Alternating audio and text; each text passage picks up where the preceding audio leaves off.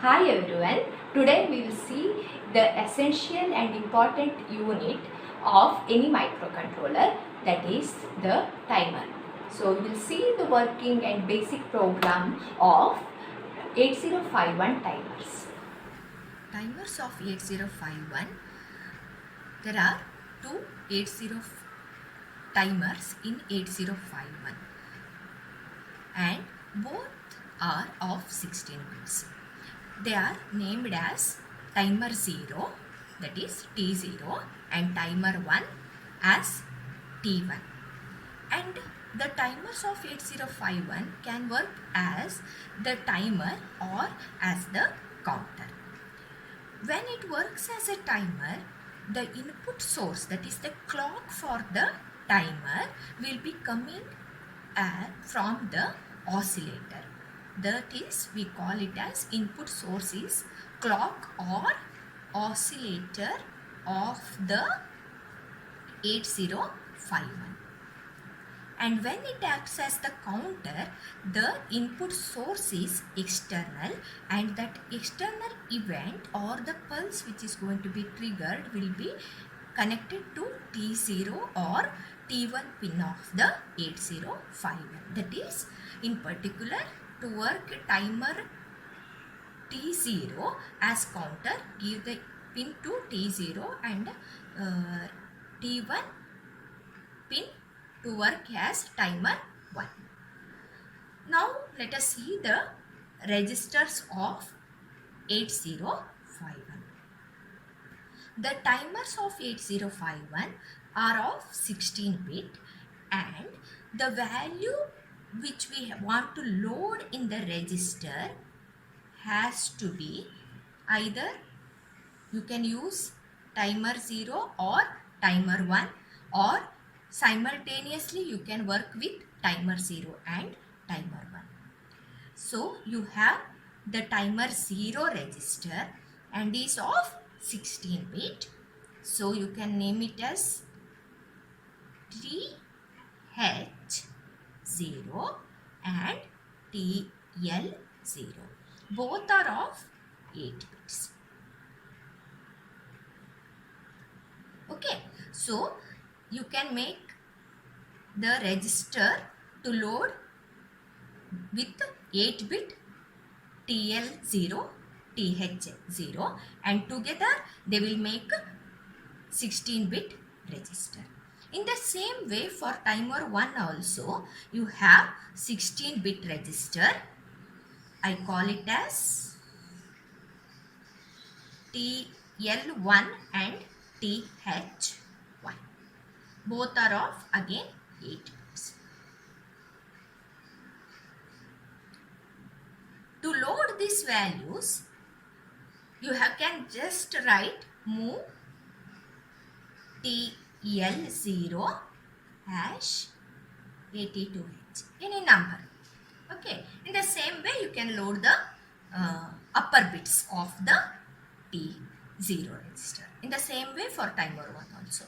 So these registers are going to be loaded, and particularly for timer to work, the oscillator frequency of the 8051 is going to be divided by 12 and given to the timer. So the timer clock is going to be not actually the oscillator frequency of the 8051, but will be divided by 12. So the next register what we are using is the T mode register. The T mode register is the lower 4 bits are for timer 0 and upper 4 bits are for timer 1. The 4 bits for timer 0 are going to be similar to timer 1. So the gate bit is for when it is 1, we are going to use the interrupts, and when it is 0, we are using the software. And the counter bar timer bit is chosen or made equal to 1 for counter operation, and when it is equal to 0, It is used for timer operation. The different mode operations are mode 0, 1, 2, 3. We can choose these modes depending on the bits M0 and M1 in the T mode registers. So they are called as 13-bit mode, 16-bit mode, 8-bit or auto reload mode, and mode 3 is called as split timer mode. Timer 0 can work in all these four different modes, whereas timer 1 can work in upper three modes, that is mode 0, 1 and 2. So we'll try to write the mode controller. For first case, I am taking it as timer 1 in mode 1. So to write this, what we have to do is, this lower section is for timer 0. So now we don't bother about this because we are not using this register, and we can put all these bits equal to 0. And when it comes to timer 1, we are not going to use it in the interrupt or hardware triggering. So I will make this as also is equal to 0. And the mode which I want is mode 1. For that, what we have to use is, we have to use 0, 1. M1 has to be 0 and M0 has to be 1. And I am using it in the timer mode, so I will make this as equal to 0. So what we have to do is, as the first step, we have to load the T mode register with the value to this, that is move T mode with 0001, that is 1 0 2. And similarly you can use this for your examples to try what will be the T mode values.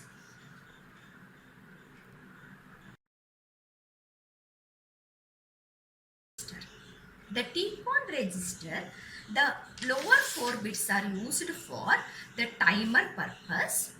Sorry, not for the timer purpose. These are for the interrupt purpose, and the upper 4 bits here what we are concentrating and is called as the timer. TF1 and TR1 are related with the timer 1, and TF0 and TR0 are related to timer 0. When the timer will get over or it will reach up to its maximum value, timer 1 will set a flag and it will indicate timer 1 overflow flag. In the same way, to start the process of counting, the timer has to set, that is by using this T run. So this is the starting bit of the timer. Only when the TR1 bit is going to be 1, timer 1 will start to count. How this counting process is done then? It is very simple. Whatever the value you are going to load, for example, if you are loading timer 0 register, that is your TL and TL0 and TH0 with some value, these values will go up to maximum. The maximum limit is for any register is FF for 16 bit. So from the loaded value, it will go up to maximum FF and returns back to 0. So when it returns back to 0, the TF flag is going to set that to indicate it has been overflow. So what we have to do is, we have to start the counter by loading the value in timer registers and give this bit to 1. That means then only the counting is going to start. So actually along with the clock pulses, you have to set this TR bit. Now onwards, this X indicates either for 0, that is timer 0, or for timer 1. So next we'll see the different modes operations. Mode 0 and mode 1 are similar. The only difference is mode 0 is of 13 bit and mode 1 is of 16 bit. So in mode 0, the DL will be of 5 bit and TH is of 8 bit. So this total will make of 13 bit. Okay. So you can maximum go up to from 0000 to 1 FFFH. And when the clock pulse is given, the counting will start from the loaded value and maximum it will go up to 1 FFFH and it will come back to 0000. At that particular time, the TF flag will go high. So along with the pulse, you require the TR. The TR bit has also be set. Here I am representing X because if you are using timer 0, it will be TR0. If you are using timer 1, it will be TR1. The next is your mode 1 operation. In the mode 1 operation also, the timer 0 or timer 1 you can set. Here we are using TH and TL both 8-bit registers, so making it total 16-bit. So you can go up from 0000 to FFFH. Okay, and when it comes back from FFFF to 0000, the TF flag is going to set. So here also along with the clock pulse, you have to set the TR, the timer run bit. Next, apart from this, mode 2 is somewhat different. It is called as auto reload mode. Here, the pulse and TR bits are the must condition. What we do is, it is called as 8-bit operation. So, what we do is, we give the input or load the 8-bit data into TH register. The same data will be loaded in the TL register. With each clock pulse, TL will start increasing and it will reach maximum up to FF. Why FF? Because it is only using the 8-bit, not 16-bit. Once the FF it reaches and return back to 00, the TF flag will set, but you need not have to reload the value. The value will be stored in TH, and once this happens, the TF flag will set. Next, in the next clock pulse, the TH will be automatically load the TL register with the value. So, it is called as auto reload mode. That is, the TH will hold the initial value, whatever we are going to load, and it will, once the process is over, it will automatically load that value into TL. In the upper two modes, what you have to do is, you have to reload the values, that is the TH and TL values for each one process. Okay. In mode 3, it is called as split timer mode. Here, timer 0 register TH0 and TL0 are working as two separate 8-bit registers. Okay, two timers, splitted timers. And with the TL0, TF0 and TR0 bits are associated. And with the TH0, TF1 and TR1 will be associated. So timer 1 also we need to set as in mode 3, but the timer register we cannot load. The timer register we have to load is going to be TH0. To start the timer in the TH0 we have to use TR1 bit, whereas to start the timer for TL0 we have to use TR0. That is the split timer mode. So next we'll see the control logic of the timer. The diagram I have shown here, as I told, we can work in either timer mode or in the counter mode. So for timer mode, it will take the clock from the oscillator. So the microcontroller oscillator frequency will be divided by 12 decimal and is given to the timer.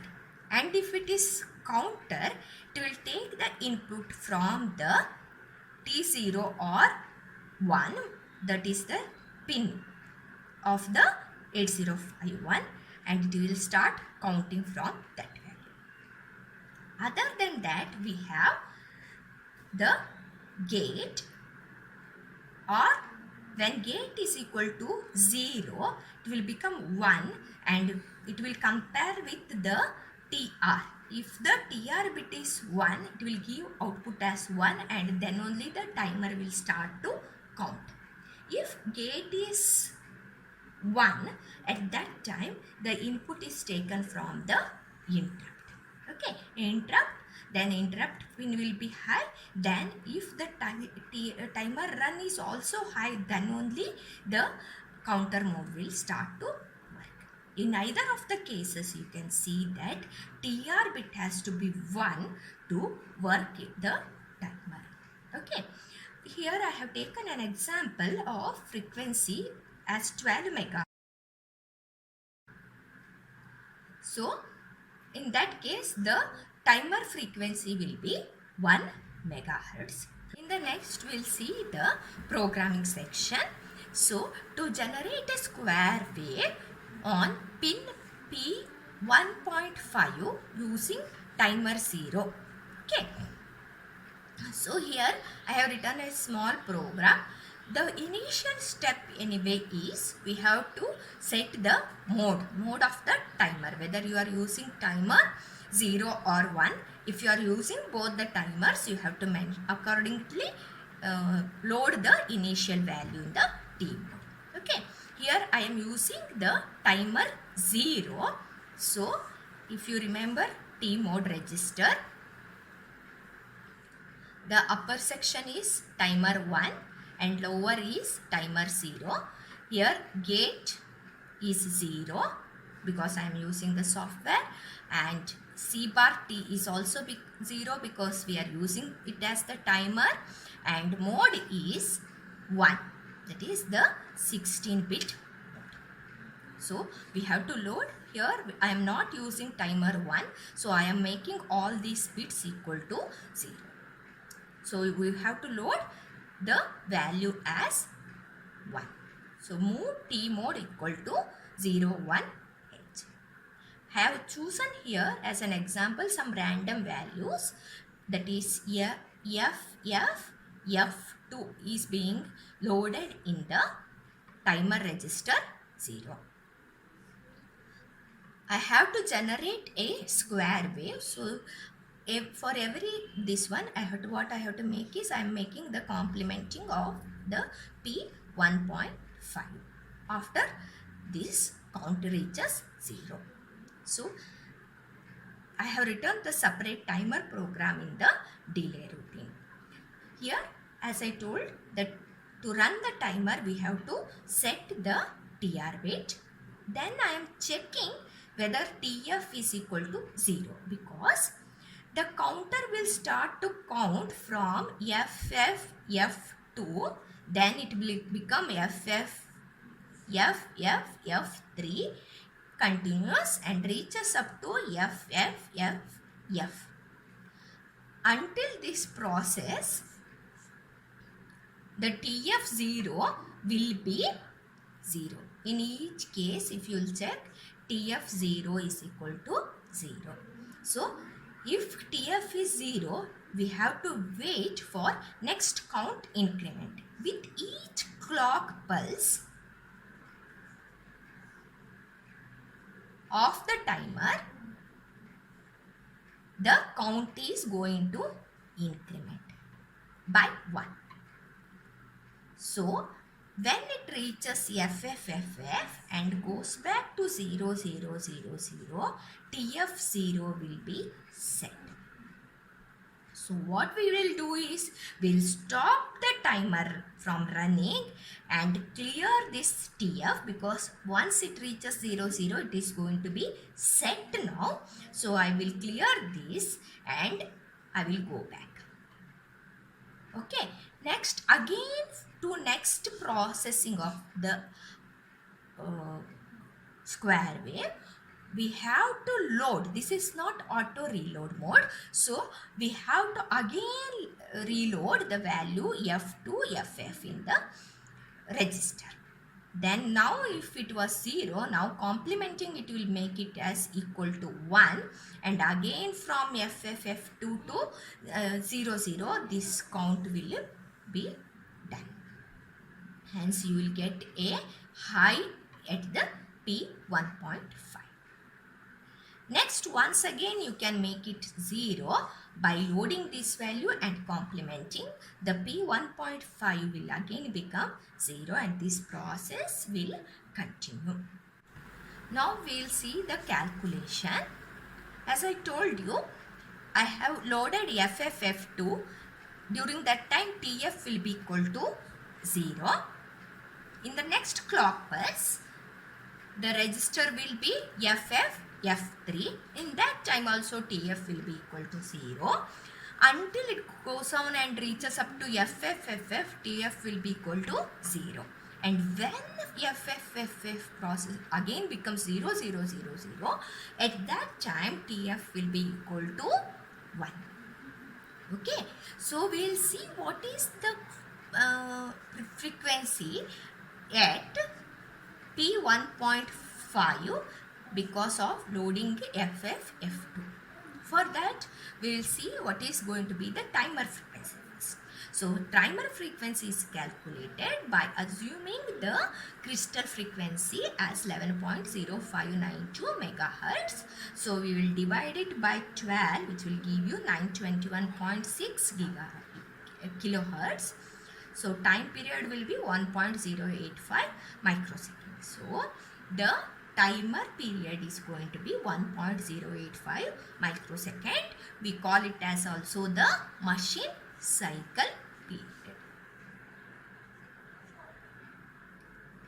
Now, from FF to what is the clock cycles it has taken now? It has reached up to FF from FF2. So, FF minus the timer register initial value will give you 0D, that is 0D in hex. So, it will be 13 in the decimal. And when TF will be equal to 1, there is one more clock pulse which will be from FF to 0, 0, 0, 0. So, we will count the total clock pulse from FF to 0, 0, 0, 0. So, it will be 14. So, 14 into 1.085 microsecond is the time duration in the on time. So, this plus, if you want to find out the time period, you have to consider the off time also. So, it is, if it is the on time, the off time is also going to be the same, because we are reloading the timer register value with the same value. So, it is going to be 15.19 into 2. Okay, this is the basic calculation if you are given a value, random value loaded in the registers. Timer registers. Now to calculate particular delay, that means I want to generate a 5 milliseconds delay, suppose. What the value I need to do? For that, what is going to be the calculation? So let the given delay period be T, capital T. And let small t be the machine cycle period, that is oscillator period divided by 12. That is what you have got in the last case as 1.085 microsecond. Okay. Now, if you want to generate a on period of 5 millisecond, your capital T will be 5 millisecond. Perform capital T by small t, let it be n. That means n is equal to capital T by small t. Now perform 65536, that is FFFF plus 1 minus n. This will give you the total cycles required. So convert the result of the above into hexadecimal number. Load this number in the timer register as TH and TL. This simple calculation you have to do. So this will give you the value to be loaded for different generation of the time period. The capital T will be 5 millisecond and small t will be equal to 1.085 microsecond. How you will get this 1.085 microsecond? The clock frequency we have assumed as 11.0592 megahertz. So take the divided by 12 and then take the reciprocal to get the time period.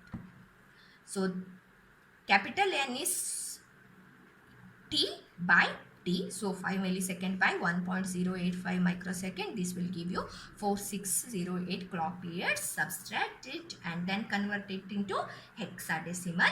So the upper bits has to be loaded into TH register and lower data has to be loaded in the TL registers. Now the program section is very simple. Pulse width has to be generated at P 2.3. So timer 0 in mode 1. So the data to be loaded in T mode is 01H. Move TL0 with 00H. Move TH with EE. That's what we have got. Set bit P 2.3. Set bit TR0 to start the timer. Check. So now what happens? The timer is going to count from EE00. Then in the next clock pulse it will be EE01 and it will go on up to FFFF. Until that time TF0 will be 0. So we'll check until this all this clock cycle will be over. That by that time we will get 5 millisecond as we have calculated. And then what we make is we'll make TF0 will be 1. Then we'll clear TR0 and clear TF0 and we are going to end the program. This is the basic timer program session.